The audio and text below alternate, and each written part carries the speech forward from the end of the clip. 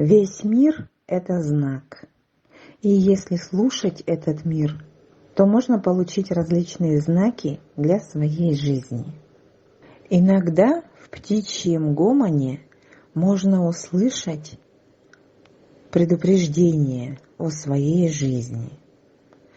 Это не значит, что птицы могут говорить по-человечески. Скорее всего, это когда человек слушает сам себя, и на фоне птичьего гомона он может услышать голос своего подсознания или своего ангела-хранителя. Кто как это может трактовать сам для себя.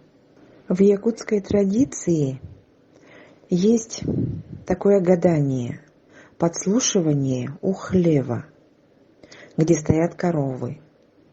И в дни святок, в дни Танха, когда творится судьба, человек может услышать известие о своем будущем в звуках табуна лошадей или в других звуках природы.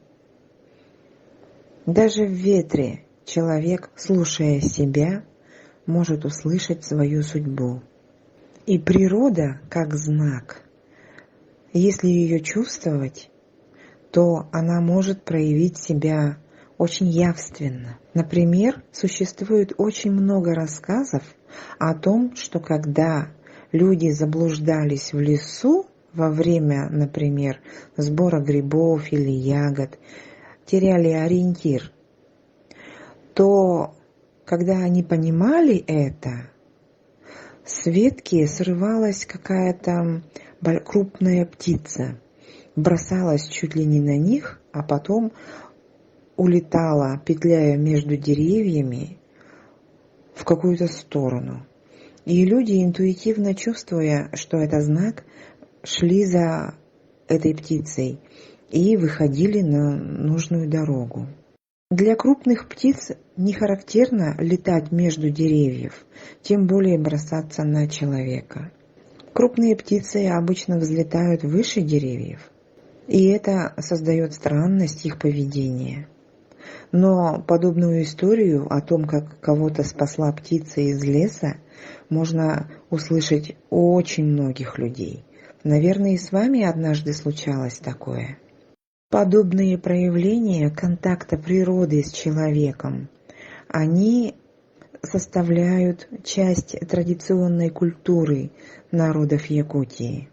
Культура наших народов не имела бы этого элемента в себе, если бы его не существовало, если бы человек не так чутко ощущал природу, если бы он не слышал ее и не замечал бы ее знаков.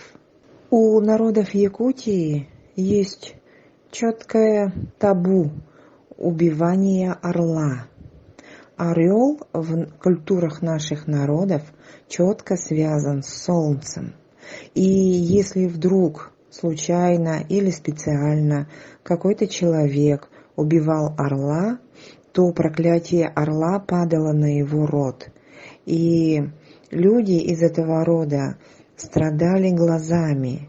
Или слепота, или плохое зрение, или нарывы, гнойные болезни глаз. В культурах наших народов большое значение имеют именно крупные птицы, которые живут в нашем крае.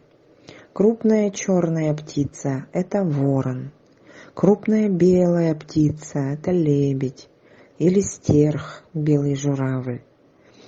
Крупная ночная птица – это филин. Крупная дневная птица – это орел. И эти птицы, они знаковые для всех культур наших народов. Чуткое, тонкое ощущение природы, окружающего мира и своего места в нем, оно есть основа шаманской практики. И если, например, иметь практику слушания, например, гомона птиц, и часто работать с этой практикой, то можно договариваться с природой вот через канал вот этого гомона птиц, например. И тогда в нужный момент все птицы будут вашими помощниками.